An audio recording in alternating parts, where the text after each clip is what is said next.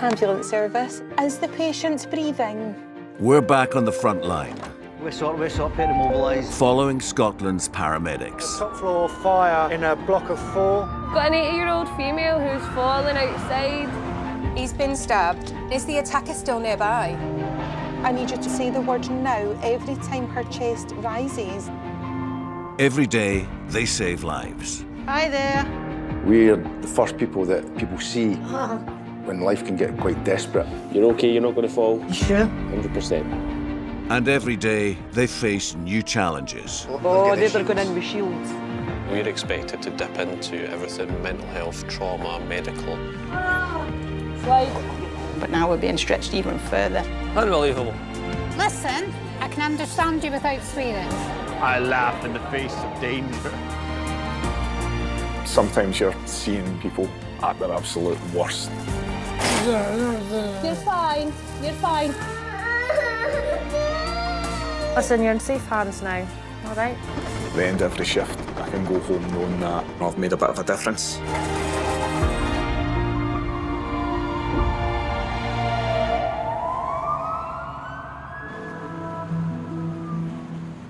This is Scotland's ambulance service, serving over 5 million people in every corner of the country. This time, we're with crews in Glasgow, Stornoway, and Newbridge.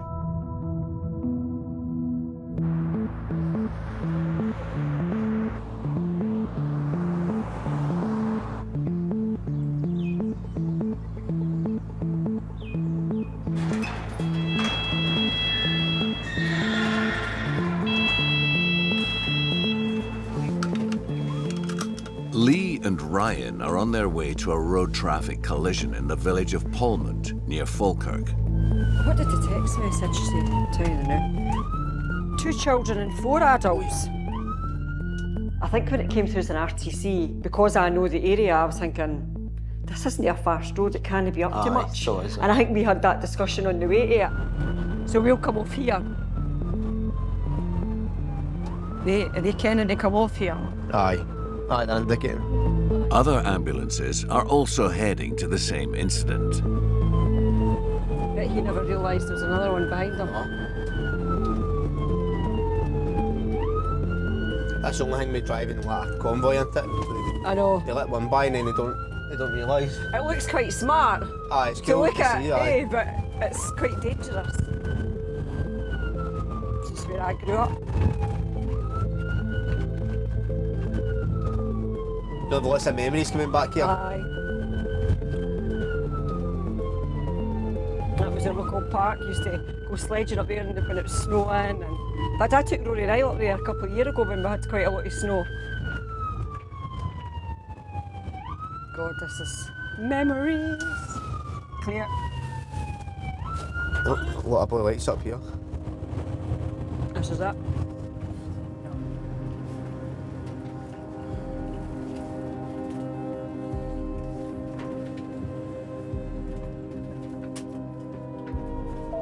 275 on scene.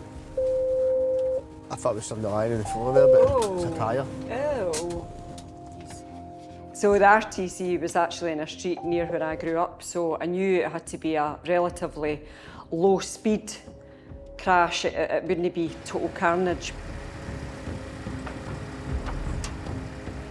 However, when we arrived on scene, it did turn out to be a bit of carnage because there was 3 vehicles involved. There was debris up and down the road. There was Parked cars involved. yeah. Hiya. We have got a baby who has been in a buggy, who has been hit by one of the cars. Glance and go has destroyed the buggy. Then in 32, looks unharmed, but there's 3 kids and an adult in 32. It was a bit chaotic. There was a car in the middle of the road, bumper lying off, wheel lying off, bashed in. There was cars up the left-hand side with no wing mirrors and damage to them. There was folk everywhere. I think school had just finished as well, so there was a lot of kids about, a lot of bystanders, so you need to really try and find out what's going on and who's involved and who's kind of priority. We've possibly got another 4 or 5 patients at this incident. We're trying to assess them at the moment, so if you could possibly send two conveying resources at the moment.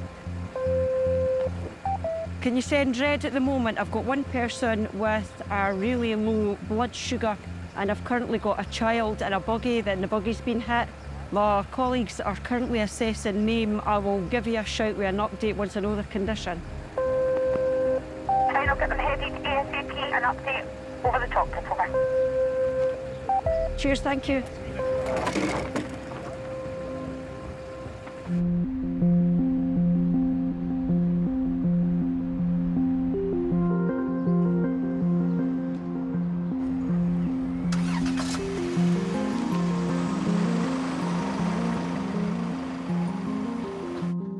We are going for an 86-year-old female who has fallen on the floor. Possible facial injury. Go and see how this wee lady is. Yeah. Yeah. Possibly a carer might have phoned it in for her. And the carers aren't allowed to pick the patient up, so they're not. But if it's an injury to a dangerous place, like a head or a hip, then that's when we get called. Yeah.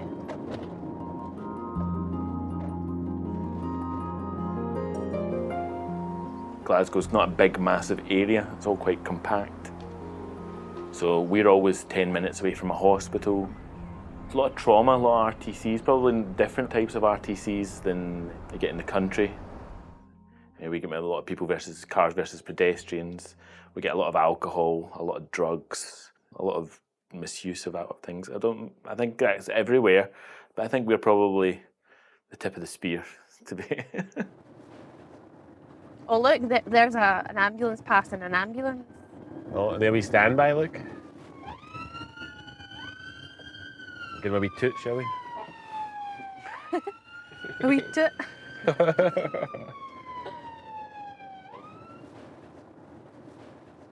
Your boys are going to the Celtic Rangers today? Yeah, they're going to the game.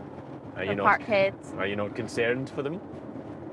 No, they go to they're season ticket holders and they have been for many years. So every game that they go to and the bit that they sit in the family section, so they enjoy the game, they enjoy watching the game. Mighty Celtic or something like that, but they have a nickname? The champions. Oh yeah. Ooh. Definitely, before a football match, there is a kind of sense of calmness. Calm before the storm. It is calm before the storm. You can feel it, can you? Yeah, definitely. It's in the air.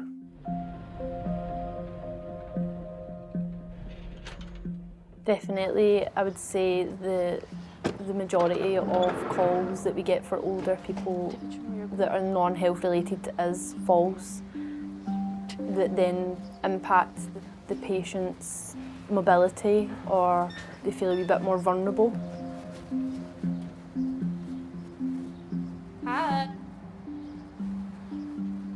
Our first job of that day was found by the home carers that come and visit Betty in the morning, and it looked like she'd taken a tumble out of her chair and fallen onto the fireplace. How are we? I think so. You can't turn. Where are you sore? All around your back. All around your back. Okay. This right arm, can you feel me touching it? Aye. Yeah. Okay. I'm going to have a wee feel at your legs as well, okay? Yes. Oh, that's good. Is that always sore like that? Okay. Right, what we're going to do is you've got a pillow here, okay? Myself and David are going to get you flipped over onto your back and we'll see how you're feeling, okay?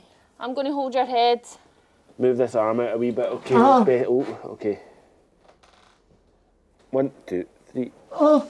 There we are, Betty. We'll just move in the wee stages, okay? When did you fall? What time? Right. Can I something? Absolutely. I've not been in bed all night. Okay. I made that bed, that's exactly it is. So you've not been to bed? Oh my goodness. Oh, Jesus. There we are, Betty. That's you. You're facing the right way now, Betty. Oh, there's your face. I don't know what you look like. See that one there, down there? I think she was confused about what had happened. It hadn't just happened. It had been a number of hours that she'd been on the floor. So, and that presents, gives us some things to consider with how she is and what sort of things might be affecting her. Is this the second time? It's all right, don't worry about it. You can lie back on this bit if you want.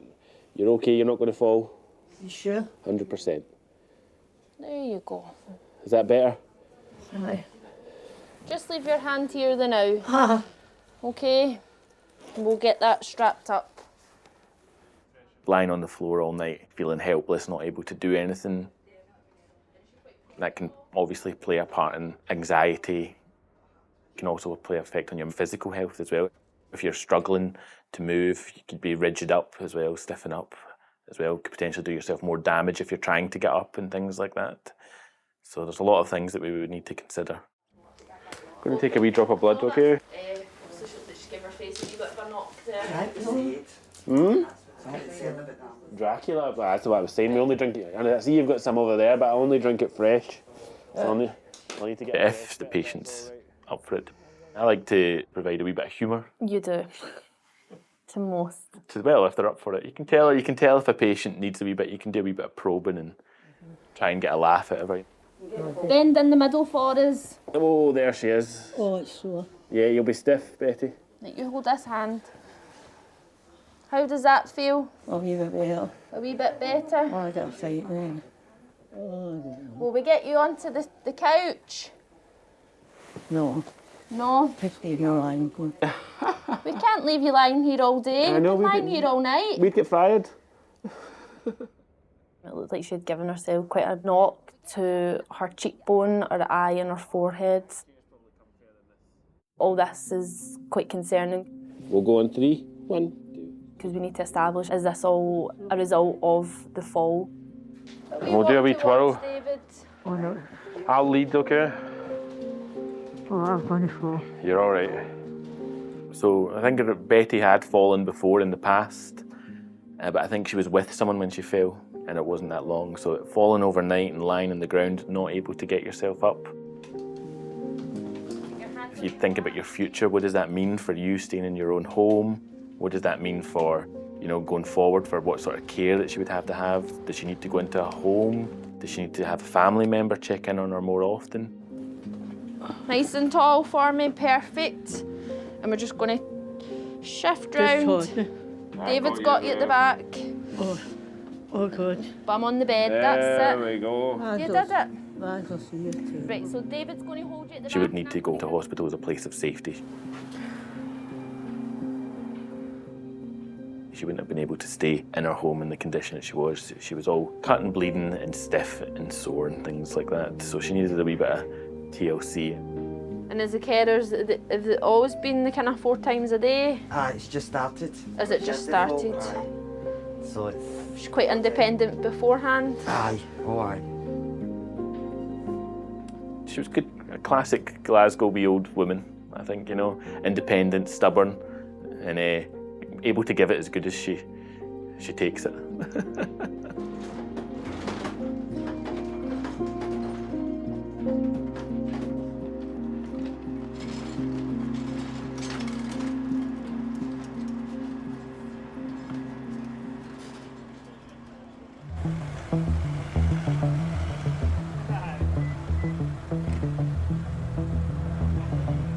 Got to take you down to the ambulance. All right. Do you know what? I'm going to have to stay here the now because I can't leave him. Aye. In the village of Polmont, Lee and Ryan are dealing with a multiple car collision. 2 people are injured. As special operations paramedics, it is Lee and Ryan's job to support the emergency crews already on scene. So when we arrive on scene, normally someone takes the role of incident commander. So if I'm not there, Ryan could jump into that position. Anybody in our team could jump into that position and just really back up the ambulance crews that are there and then try and work out how many resources you're needing and allocate them appropriately. Hi, just an update here. So we've got a 39-year-old male who seems to be hypoglycemic and a 37-year-old male who's complaining neck pain. They are going to be conveyed to Forth Valley Royal. As Debbie explained, we're going to get you on that wee scoop to get you lying flat because you've got a sore neck. All right. He said he felt quite a sharp pain there. What's your pain? Oh, got worse. It's got worse over time. Right. I think the adrenaline wore off. Aye, it will. The passenger in the vehicle was complaining of neck pain and back pain. He self-extricated from the car, but when we arrived on scene, it was important to kind of immobilise him properly, and that's the kind of steps we took with him. Okay, ready, set, slide. Brilliant. Right. Happy there, right? Slide that in. Neck injuries can be life-changing, and great care is taken to move the neck and spine as little as possible until an X-ray can confirm how severe the damage is. He's 6 out of 10 pain just now. Only from his neck, but passenger eye. Right. Ready, set, left. I've got, is it the buckles? Is it buckles? Initial reports said a baby's buggy had been hit. Thankfully, the baby is uninjured, but there are other children involved. Hello, were you in the white car? White car, aye. Right, and who else is in the white car? All right. Were they coming to collect you? Yeah. Oh man, are you okay? Listen, am I scared? Oh, I'll take this mask off. Is it because of that? Is it because of that? You all right, pal? Do you get a fright? Aye, they did get a fright. All right, darling. How are you feeling? You speak to any paramedic or technician, they'll say the same thing. I think nobody likes dealing with children, and it's just because it's so relatable. If you've got kids or family and that, you can just imagine getting a phone call. Or it's horrible. So, aye, your heart sinks. The wee boy there, he's upset. They all seem fine. She was sitting stationary. Right. So she's not wanting to go. She was in that car? She was in that car and stationary. How did that end up in that? I know, it was going up that way, it was going this way. That's affirmative. We've assessed 4 at scene and they won't be travelling to hospital.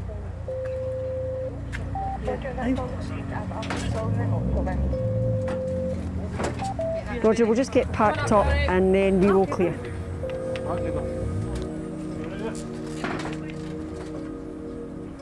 My dad took unwell when I was young, and I was kind of used to ambulance a few times to the house.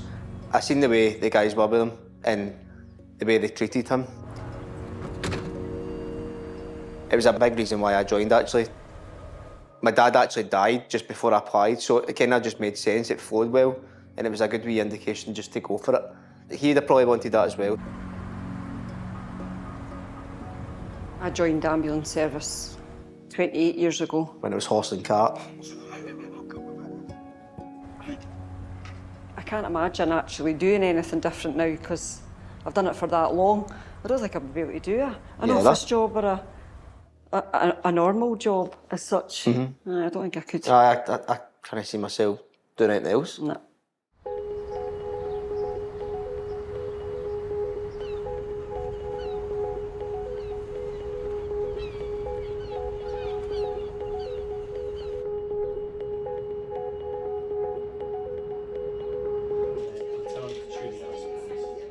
All right, okay. So I do need to make you aware that we are experiencing very high call volumes at present. Now we will respond as quickly as we can, but there may be a delay before arriving there with you. I was a manager in retail, in food retail, and I loved my job. And I just felt like I needed to be doing more. There's more that I can do and there's more that I want to do. Okay. I just knew that I wanted to do something that fulfilled me more, that made me feel like I was, as cheesy and as cliche as it sounds, that I was making a difference, that I was helping people for the right reasons. Roxanne is in the last hour of her 12-hour shift. So is he stuck underneath the bucket of the tractor?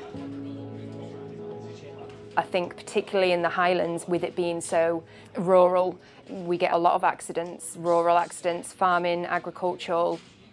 you know, things that you wouldn't even think of normally. And I'm quite known to be a magnet for those calls as well, so I've taken my fair share of them, that's for sure. Yeah, of course. Like I say, help is on the way, okay. Is he still trying to talk? What's going on at the moment? What's he doing at the moment? What's happening at the moment? What's he doing? You said that there's the tractor there and you're on the main road. Will the crew see you easily enough? Oh, okay, so just make it clear to those gentlemen that have come along to help, just make it absolutely clear to do not move him, okay, unless he's in danger. Everybody's first instinct, if somebody's trapped, you want to make it so that they're no longer trapped. However, when it's a trauma, and particularly with a large object like a tractor, we don't know the extent of the injuries for the patient. The patient could be fully awake and talking, you know, fully compos mentis, having a conversation with you. But that doesn't mean that there aren't injuries that we're unaware of. There could be lots of internal injuries that we just don't know about. And moving the patient could actually cause more harm than good. Okay, are you able to put him back down for me? With more helpers gathering and noise levels rising, Roxanne is trying to pick out the key information from the other end of the call. Sorry, caller. I was just trying to listen. Sorry, I was just trying to listen to what that lady was saying. She said he tried to lean on the tractor and he's missed and he's slipped under it. You know, sometimes people can be spoken to in a cool, calm, you know, soothing voice. I appreciate that you're upset, but I need you to listen to me. I really need you to listen to my instructions. Some people that doesn't work with, and you have to be a lot firmer. You have to say to them, stop talking, listen to what I'm saying. You need to do this and you need to do it now. I can hear the sirens. Okay, you just let me know when they're right with you, okay?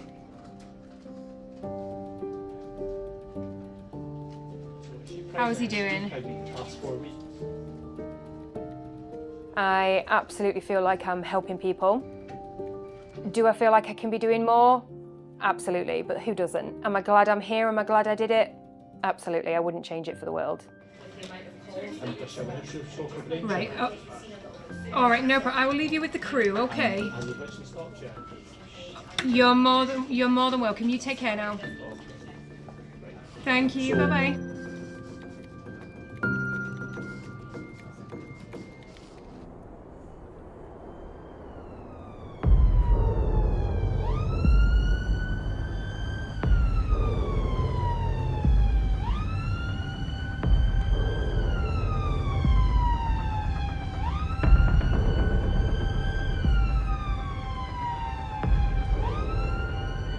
The full-time whistle has gone at today's match, and fans are now heading home. So we've been called to the city centre for a unknown age male, who has been stabbed in the face and back. So police are en route, as are other ambulance resources. In Glasgow, the aftermath of a Celtic Rangers match can be a busy time for the emergency services. And it looks like today is no exception. So we don't know what's currently happening, if the attacker is still on the scene, what sort of incident has happened around it. But we'll find out when we get there. I would say it's not uncommon to get a call such as a stabbing or a fight or anything over this, a violent attack. It's probably pretty common, but not every day. On a match day such as Celtic and Rangers, you can prepare yourselves that you probably will end up at a job where an altercation such as violence has happened. I think I've only had less than a handful the last few years that I've been out. Yeah, I think I've only had one that's been quite catastrophic, and the rest have all been people that have been stabbed and have been fine about it. And the one that was catastrophic was more of a machete attack than a knife attack.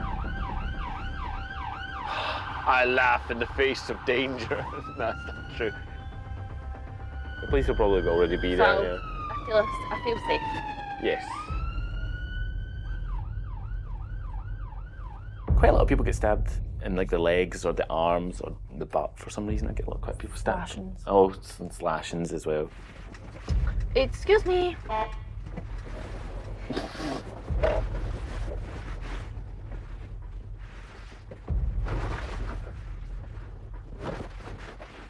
It can quickly change, it can quickly go downhill, and sometimes if it's more than just if it nicks something or damage has been done, then it quickly can, they're on the ground, they can be bleeding out really quickly, they can deteriorate super quickly, and we need to do a lot of things around them. Stab proof vest on. So cool. Should we have our stab proof vest? Brilliant.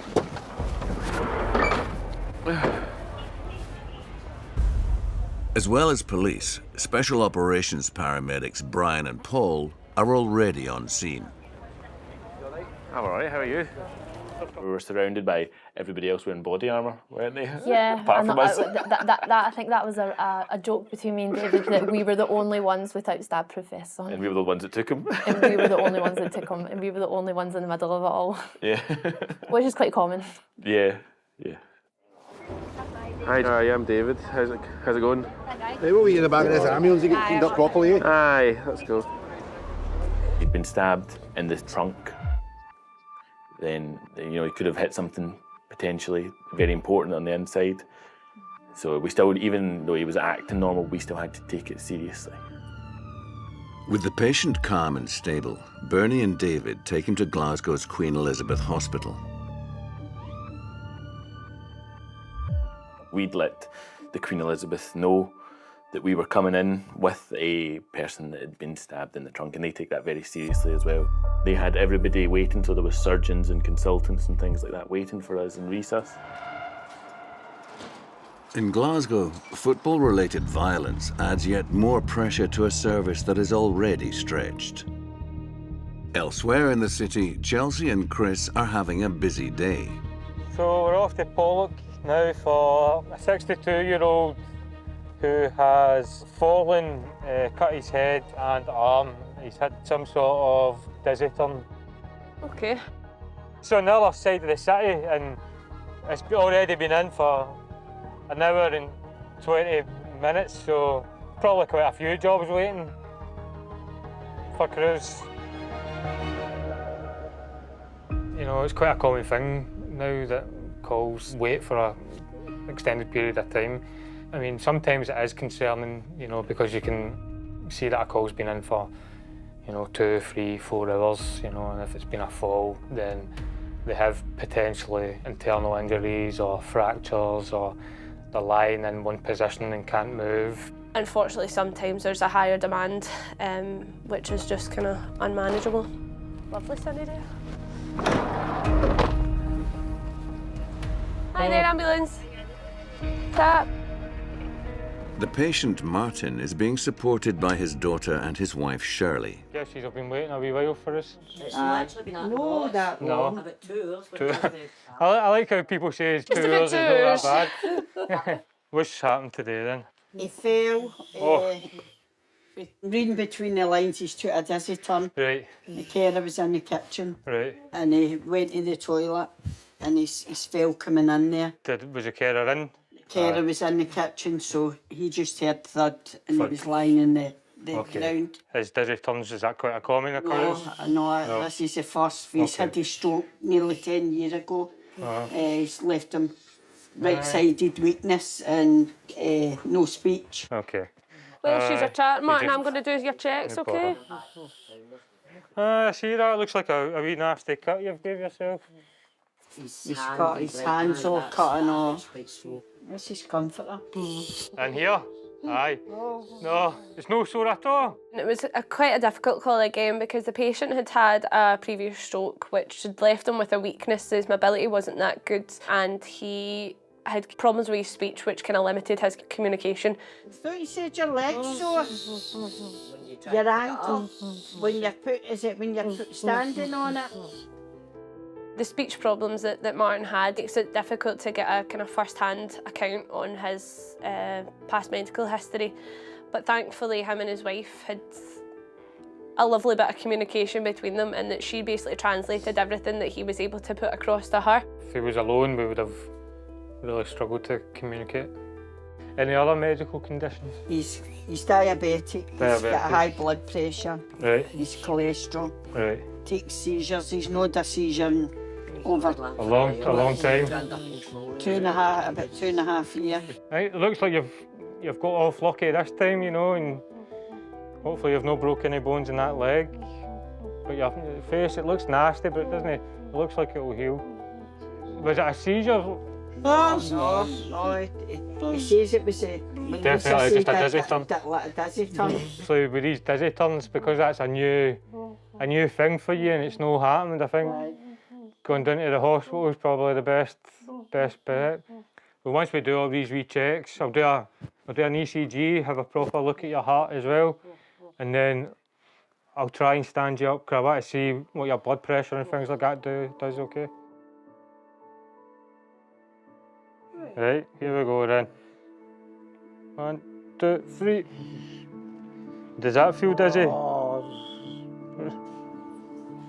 Of his history, they weren't too sure what were causing the falls.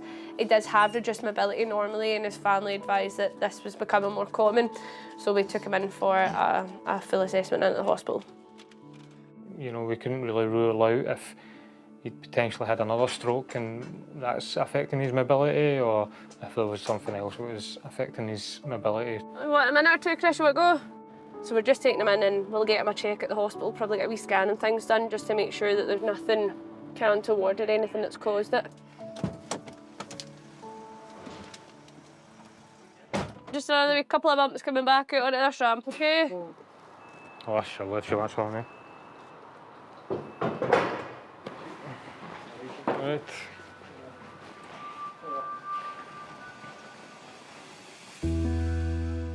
It'll be interesting to see. His hand looks sore. You know, with that, if he's kind of broken maybe a bit of small bones in his hand.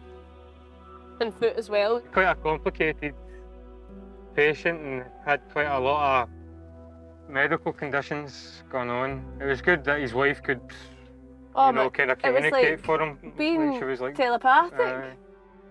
I mean, that was like sign language, but without even having to move.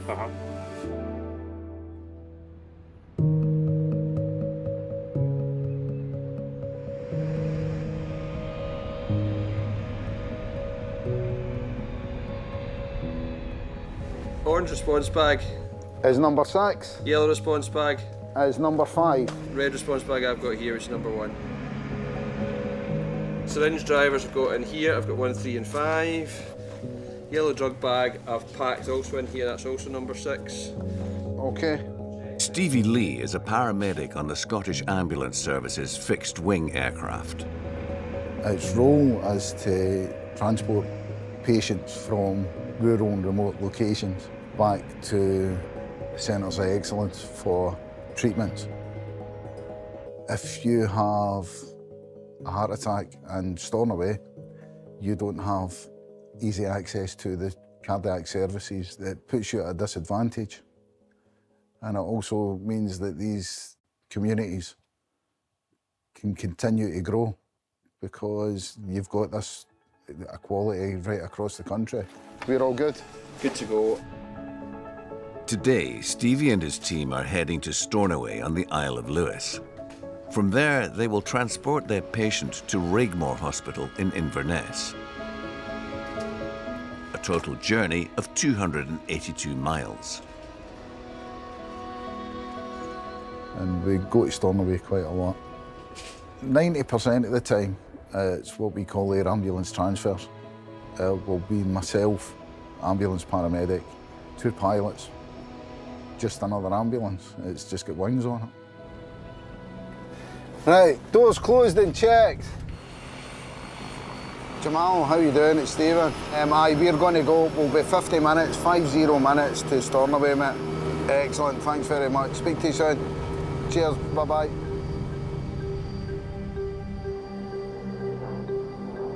Stevie's patient will be 86-year-old Flora.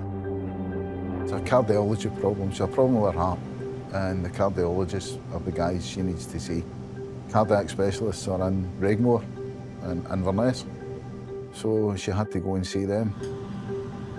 Flora's condition is potentially very serious, so Stevie is accompanied by a team of medics who will help monitor her and intervene if necessary. Her heart was starting to fail. It was slowing down. To keep it running, they had an infusion of a drug which speeds up her heart. But that had to be infused over a long time. It wasn't one we could give as a single bolus, where she could have it and then we would be okay for a set period until we got to the hospital. This had to keep running. So that's why the teams were invaluable that day. Flora has been brought from Stornoway Hospital. Although her condition is stable, the trickiest part of the journey is still to come. Maybe put it in a bit of perspective. The bit that we do and the bit that all my colleagues do when we're transporting patients between hospitals is the most dangerous part of any patient's journey.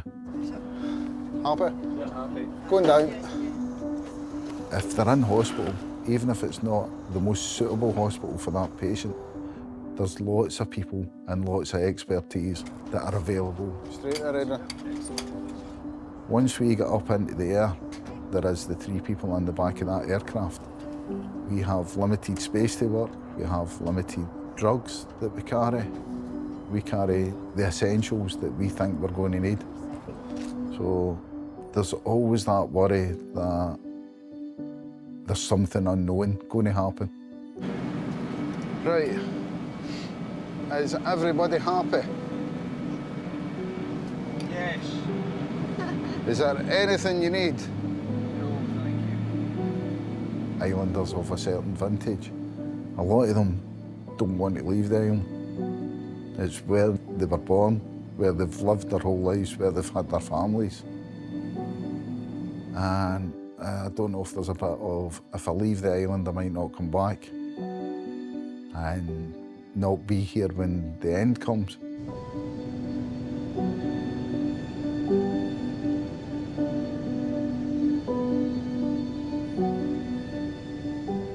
If you live in the Central Belt your whole life, you don't realise how big Scotland is, how empty it is. And I'll put that in a bit of perspective for you.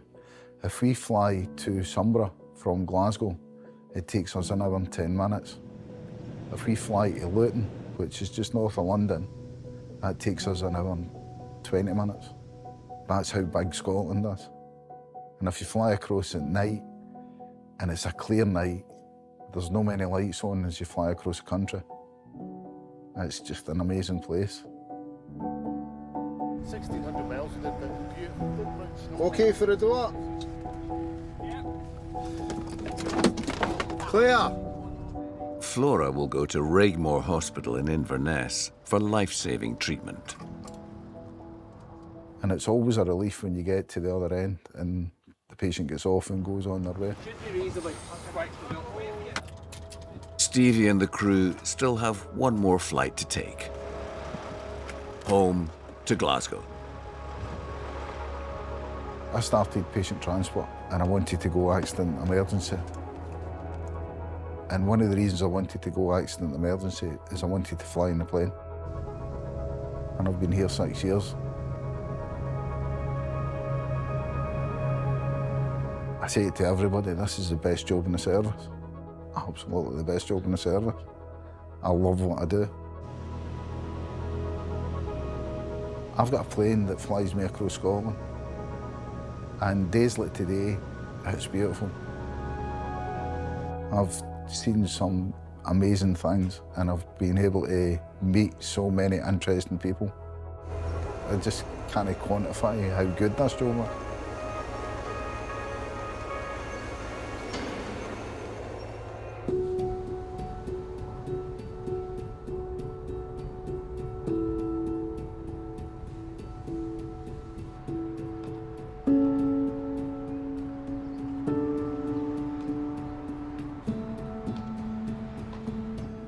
Ambulance service, is the patient breathing? Is the patient breathing? Hello, can you hear me? Okay, it's okay. Right, bear with me. Please bear with me. Where are you at the moment? Thank you. Tell me exactly what's happened. Chloe is 8 hours into a 12-hour night shift. She's on a call to an elderly woman who has fallen. So, did you fall or did you just bang your head against somewhere? Okay. Okay, are you alone at the moment? You're on your own. And confirm to me, how old are you, please? 82, okay. And when did this happen? Older people always find they're a lot more stubborn when they phone. They'll phone and they don't want to cause a hassle, they don't want to cause a bother at all, but these are the people that really need the help going out.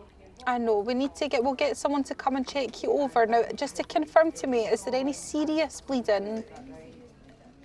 Is anything spurting or pouring? She just didn't want to be a bother, she didn't want to trouble anyone to come out, and I think she'd been on the floor for quite a wee while before she'd actually phoned. No, we don't want you driving anywhere, okay? So don't do that. Now, are you having any difficulty breathing? When people call with fall injuries, we advise them not to move unless they're in any danger, not to splint up any injuries, because they might have what could be a sore back. We don't know the extent of that back injury though, and you moving that might cause further injury or cause more pain to yourself. I know you are. Are you still on the floor? I think she was a little bit anxious, but getting down to their kind of level, the tone of voice that you're using, reassuring them that we're going to get someone to you.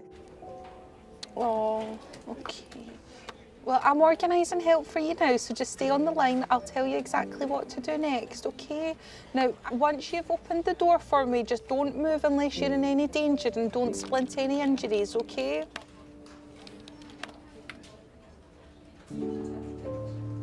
Oh, good. Good. Now, we are experiencing very high call volumes at present. We will respond as quickly as we can, but there may be a delay before arriving with you, okay? But we're going to get someone out to you. That's really hard to tell someone when they've already been lying on the floor for 3 hours and then decided, right, I'm going to phone now. And then you have to tell them that there's a chance there's going to be another 4-hour wait. So, do you think you're able to get someone that could come and sit with you? Well, listen, please be reassured. I know you're very worried at the moment, okay? But please be reassured that we've got help arranged for you. We will get someone out to you as soon as an ambulance is available. We'll get someone out to you.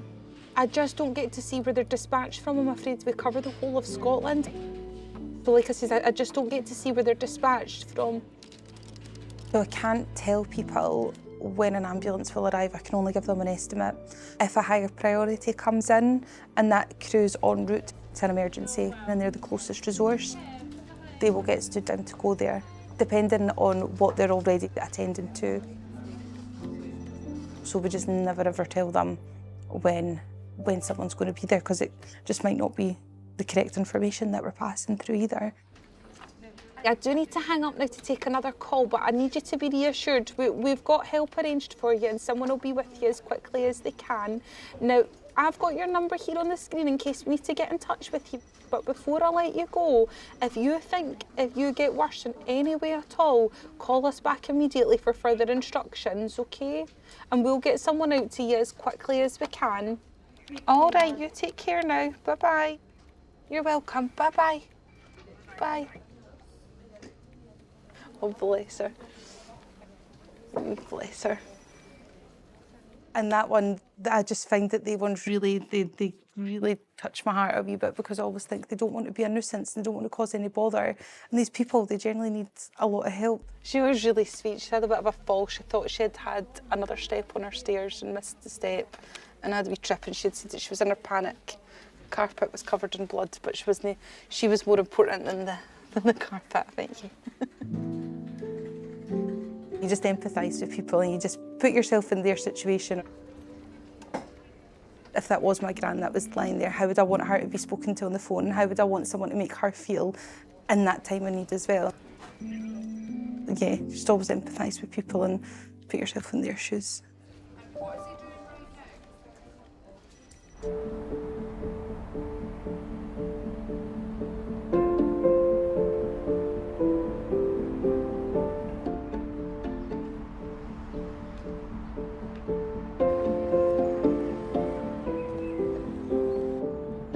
So we're off for this 37-year-old female that has taken an overdose. Crewmates David and Bernadette are attending the last job of their shift. An overdose can lead to cardiac arrest, apparently. Well, can that, depending on the quantity? Yeah, yes, so we need to see how much she's taken. And low blood pressure. Or chronically low blood pressure. Wow. So I wonder if she has some sort of heart problem. Anyway. Yeah. People trying to take their own lives is definitely one of our biggest areas and something that we attend daily.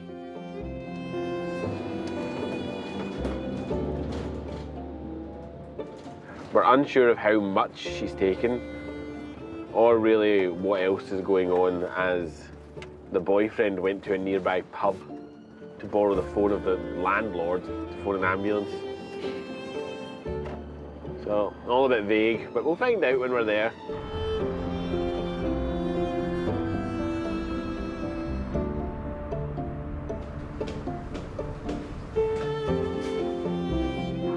All right, then. Where are we going? Bedroom's the best because I've got the dog in. The crew were expecting a female patient. I told her I was a white lie on the telephone only because I was in the pub and there was other people listening, but telephone calls for me. Tell us what's been happening, my man. I took a load of tablets. How much did you take? Did you take all of this? I think I took about 9 and I took the rest of those tablets apart from the 2 left. Okay, so was this full? He had taken a mixture of drugs, and the drugs that he had taken were quite strong. But he was willing to be engaged with us, and he could open up that he was scared what might happen. There's a few questions we need to ask. Are you going to hurt yourself? Do you still intend to kill yourself? Do you have a plan to kill yourself? And they're sort of indications of how serious someone is about trying to take their own lives. And by their answers, we can get a sort of judgment of what stage they're at. Okay, you have a wee seat, my friend, and Bernie's going to do a couple of wee checks on you, is that all right? So, why did you do this? I was in seeing the psychiatric team just a few days ago, and I told them I was feeling suicidal. Okay. Uh, I'm going to take this wee hand here. So they sent me home anyway. They didn't seem to pay heed to what I was trying. So, did you take these as an attempt to commit suicide today? I was fed up. I was tired. Hard to explain. No, I completely understand, my friend, and I just want to try and understand what's been happening and why you've been feeling this way, you know? Diagnosis of borderline personality disorder. Okay. And I've spent time in hospital before this year as well. How long have you struggled with mental health problems for? Well, I really started hitting me in my 30s. I've had lots of trauma in the past, but it didn't really start to really affect me until I hit my mid-30s. Have they been a tough few years?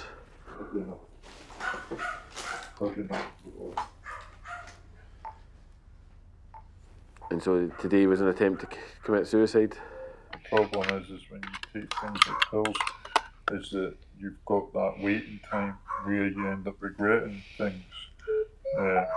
And that's when I end up phoning 999 because I start to panic in case I'm in pain or in case there's negative symptoms and it frightens me. Yeah. Absolutely, absolutely. I just wish there was a way.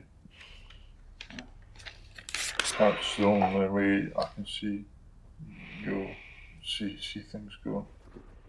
It's tough, man. It's hard to hear for us as well. I'm adamant I want to go through with this. Well, we're adamant that we wouldn't like that to happen, and we'd like to try and help you in whatever way we can.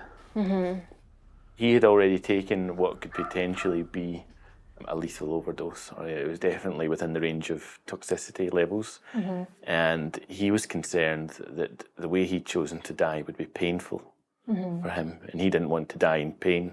He wanted to get this reversed so that he would have, his other plan was to kill himself. So we were able to determine that he had a plan, and he'd already shown that he was serious about what he intended to do.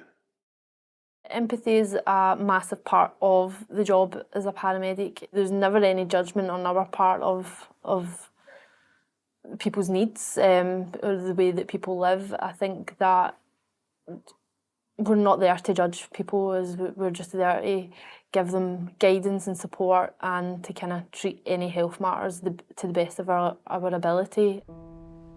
Any good ones? David and Bernadette ask about the patient's family. And do they love you? Of course. Of course.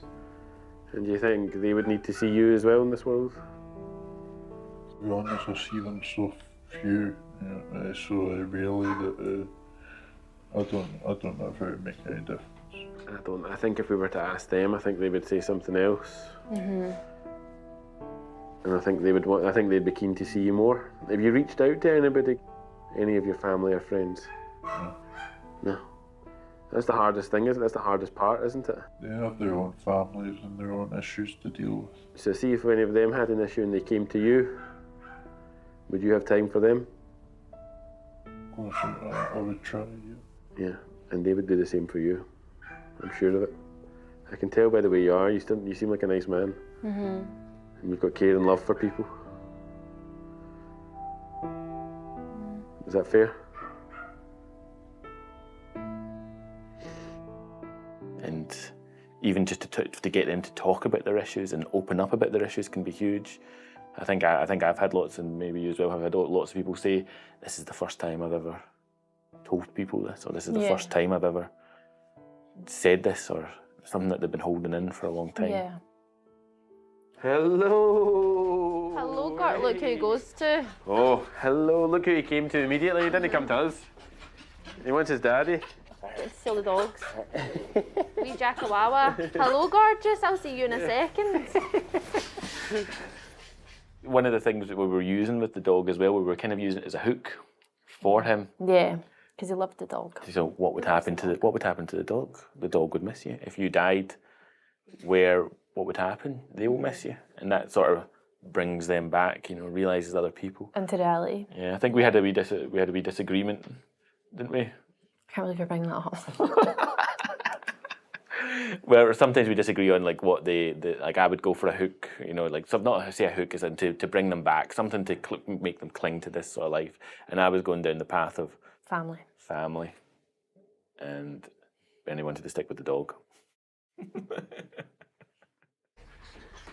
Yeah, he's full of love. That's what it is. Yeah, that's what he wants. He wants to be in there. He wants to be in next to his daddy. 7.8. So why don't we go down and we'll see about this medication, and we'll see all the stuff you've taken, and we'll see what we can do about it. Yeah. I think you should reach out to your family as well. I don't think that will help. How do you know? Because I've been battling my mental health for years, and it's... You can't do it. You can't do it by yourself, though. I don't want to do it anymore. You need to try for all the people in your life. You need to give it a good go. I believe that. Hello. What's it? I think it's small steps, isn't it? That's it. You can't do this alone, mate. You can't. No, none of us could. The best part of this job, I think, is we get to come and help people, and we do provide that help, even if in conversations we can bring people up, checking on people and things like that. The patient agrees to go to hospital.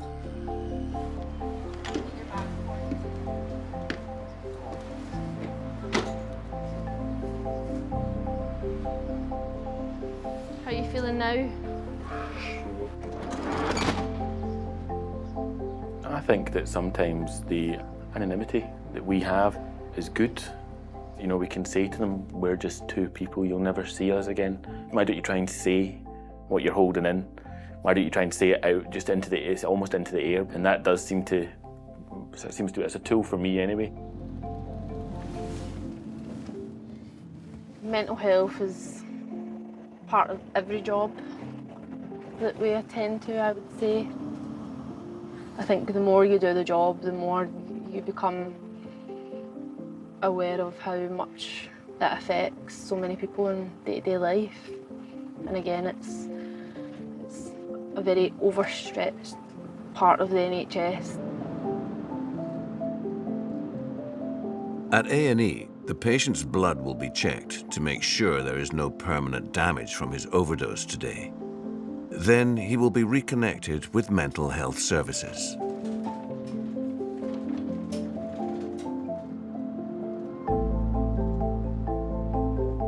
I mean, he was obviously in a very dark place, and it doesn't take a 20-minute conversation to bring him back from the abyss. I hope he gets the help that he needs and can be happy. I feel like there was more to get into. I obviously felt a lot of shame around it. Yeah. Which was quite sad. But you get, it was... That he didn't want to seek help. He didn't feel like he'd trust a stranger to ask help for himself. Yeah. That was sad, actually. He had to lie and say it was, I need help for my girlfriend, when it was actually for himself. Stigma. The stigma with mental health. Stigma around mental health. Yeah. I hope that he makes it. Different days bring different challenges, doesn't it? Oh, yes. Absolutely.